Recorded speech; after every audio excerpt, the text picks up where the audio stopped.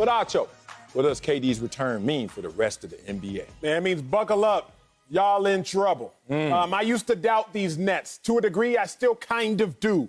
But Slick Rick, I see the shock on your face. That same shock was on my face until I realized playing the Brooklyn Nets is like playing your older brother in video games, right? Like, before you ever maximize the skill set of what all the buttons and all the triggers do, your older sibling already knows what it is. So you sitting there fighting your little heart out, trying to press all the buttons and hit all the triggers, and your older siblings just casually whooping your tail because they're just better. They're more skilled. They're more advanced than you are and that you may ever be. The Brooklyn Nets with Kevin Durant yesterday proved that they are more skilled and more advanced and better than I think all but two teams will be this year. Point blank, period. KD in 19 minutes, he went 5 for 5. He gave you, 17 points on 5 shots. Mathematically, you start doing things, and you're like, is that even statistically possible? You got to start double-checking, check free throws and all that. Kevin Durant had 7 boards, 5 assists, 19 minutes. Here's how I look at it. The only counterpoint is we haven't seen the big three play together, and that means something. That means something to me. But the fact of the matter is, even without the big three, they still win 75% of the games. That 75% of the games is the best record in the NBA. Without the big three, the Nets are 27-9. Without the big three, they still nice. So even with 2 of the big three, they better than just about everybody else.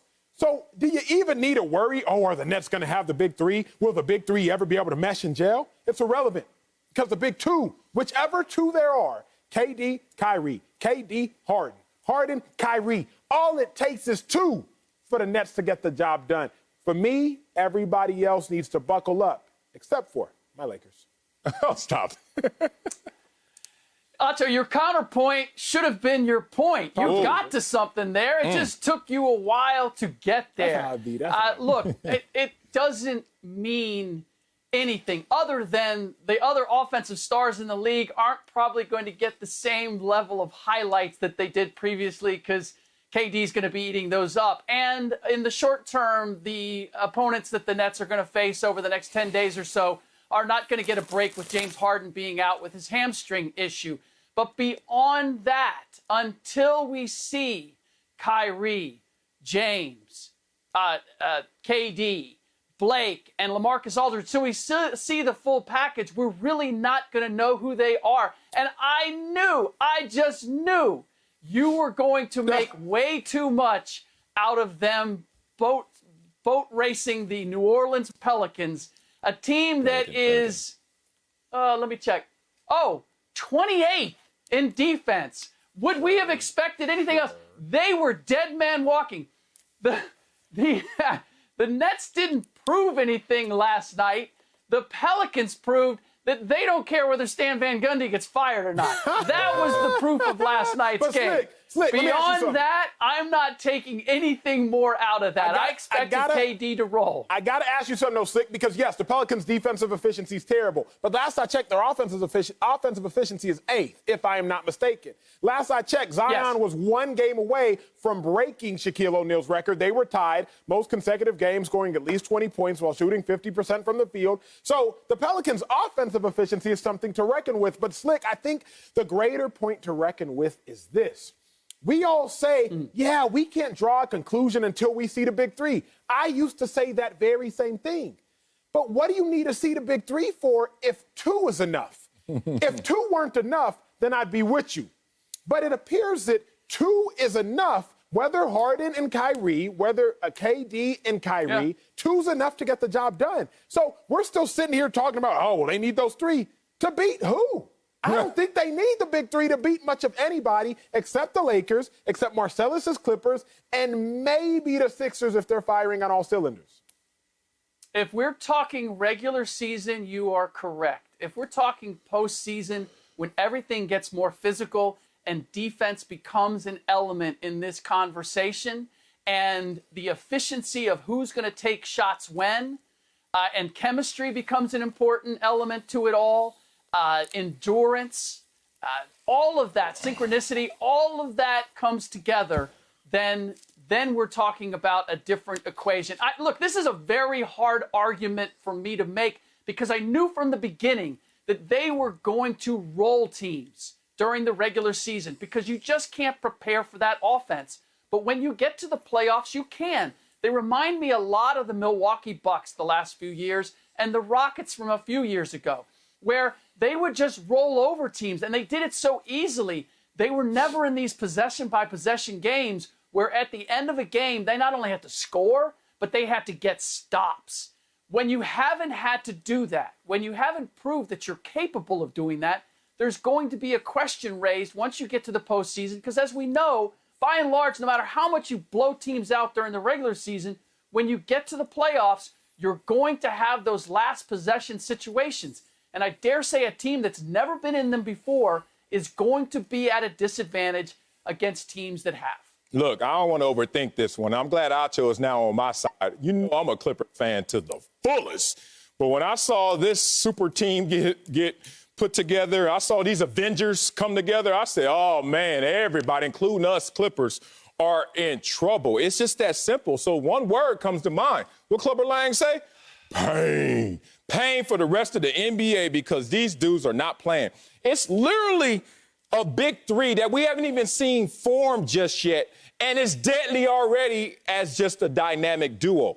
Going against other dynamic duos, the Clippers, obviously Kawhi Leonard, Paul George, the Lakers, when healthy, LeBron James and AD. And then what else? Because think about this big three. It's KD, it's Harden, and it's Kyrie, y'all. I don't think you understand what I'm talking about. So this year, averaging 81 points to game as a dynamic, as a big three, no one's close. 13 points per game more than the next trio. And it's Lillard, McCollum, and Trent. That's not it, y'all. Let's go historically. Listen to this KD, Kyrie, and Harden big three versus other big threes and what they've done over the years. Tim Duncan, Manu Ginobili, and Tony Parker were killing it. Y'all remember that? 4 finals appearances and 4 championships. Is that this? I'm not all right. LeBron, D-Wade, and Bosh. Insane, right? 4 finals appearances, 2 championships. Is that this? Golden State Warriors, Klay, Steph, and KD. Maybe that's the closest in terms of talent level, all 3 of the guys. But still, is that this? This is a problem, y'all. We about to watch a versus. Versus being filmed. It's going to be Rob Bass versus Onyx. Because Rob Bass got It Takes Two to make a thing go right. Right? It Takes Two. That's the Lakers and the Clippers out there trying to win. And then Onyx, y'all know Sticky Fingers? But wait, it gets worse because they got another dude coming off that's just going to kill it. So these Avengers versus all these other dynamic duels, y'all know how this movie's going to end. Ugly for the rest of the league.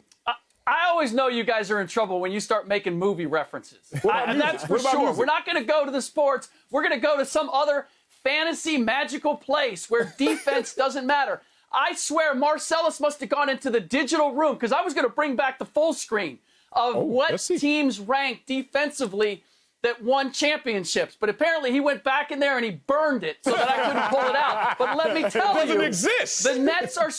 The Nets are still ranked 23rd defensively in defensive efficiency.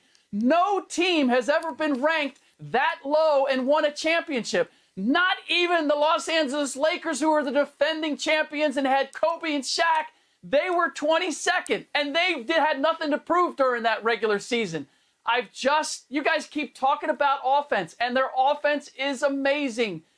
Defense still matters, and they have not demonstrated that they're capable of playing championship-level defense. And during the regular season, it doesn't matter. We've seen Mike D'Antoni make a career out of having great offensive teams. What happens when they get to the postseason? We've seen it over and over again. We fall in love with the offense. I love their team, but until they demonstrate that they can get stops, that defensively they're going to be good, and I look around, it's like, okay, KD coming back. Is he going to make them better defensively? Nah. James Harden? Nah. Kyrie Irving? Nah. Blake Griffin? I think Blake Griffin's going to contribute, but he's not a rim protector. LaMarcus Aldridge? He's not a rim protector.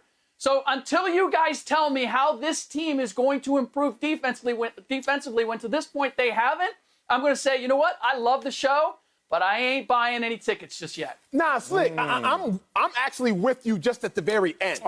I'm with you at the end. I'm with you for the fact of, yes, everything you're saying matters, but it really doesn't matter until at best, the Eastern Conference Finals, or at best, the NBA championship. Like, that's the only time it actually matters. Because realistically, Slick, like, the Nets are blowing past everybody, even with their terrible defensive efficiency, up and through the semis, up and through round one. Like, they're blowing past everybody until they get to the NBA Finals or the Eastern Conference Finals. So I'm with you come the last 8 or last 14, depending on how long it takes to play out, the last 8 to 14 games of the Nets season. But prior to those last 8 to 14 games of the Nets season, I don't think anything that you're saying is relevant. Your relevancy comes in for the last 8 to 14 games. But until then, I'm buying tickets to the show. Yeah, let's not confuse the fact that they're not playing great defense with the statement of they can't play great defense. Think about this. Right now, all they need to do is... Yes, we can. No, yes, we can. Marcellus, I'm not letting you get away with that. Okay. Like, no. They can play good defense when they want to. They just haven't the entire season. No. Based on what? Like, they don't have good defensive players. See, that's what's funny about you, Slick Rick. I'm going to tell you what happened. A lot of players, when you out there, let's say you're pass rushing, okay? You want to keep it in sports. You don't like my music. You don't like my movies. I get it. They not always hit. No, I like them. I just, Okay, now, here's the real. Since I don't use a move, don't mean I can't use that move, and don't mean I don't have that move in my tool belt. This is a situation where right now, this is a team with the best record in the East against teams over 500. They're good teams. This team has the best record in the East. So why go out there and expend yourself on both ends of the courts when you know that you don't even have to, like Acho said, until you get to the conference finals, maybe, but certainly the championship level. I'm not saying they're not working on defense. I'm saying that they're not going to use all of their energy up on that because guess what? They don't even need it. They are plowing through these teams, not even with a big three, not even always with a dynamic duo, and certainly not with defense. If they had showed me at one point that they could play defense, if at some point along the way, or if they had a reputation, or like those Lakers, who were the #1 defense the year before, and I'd say, okay, I know they got that in that back pocket. You're talking about a team that's never demonstrated that they can play that way, and they don't have the personnel that makes me say, you know what, when they need to get to it, they can. First of all, when have you seen them under the pressure of needing to do anything other than shoot the lights out? You have not, so don't go there and make the assumption that it's not in their tool belt. Last night I watched Utah play Phoenix, the 2 best teams in the NBA. That ain't it. And then you talk about the Lakers, if healthy. We don't even know. That's not it. And you talk about my Clippers. Okay, that's close. That's not it either. Where have you even seen it necessitated to see the defense? Let alone they plowed through the whole Western Conference without KD, and now you're saying they need to show you defense to know it's in the back pocket? Marcellus, we got the Philadelphia 76ers coming up playing the Brooklyn Nets in the next week. Oh, that's the answer? We'll see right there. To me, that's the team that's going to demonstrate defense matters. Well, Philly can't get even out of their own way. I mean, if they're healthy, we'll see what Philadelphia does. But right now, with the addition of Harden, since they got Harden, it's been a different team. And as we see, not even fully loaded and still killing everybody.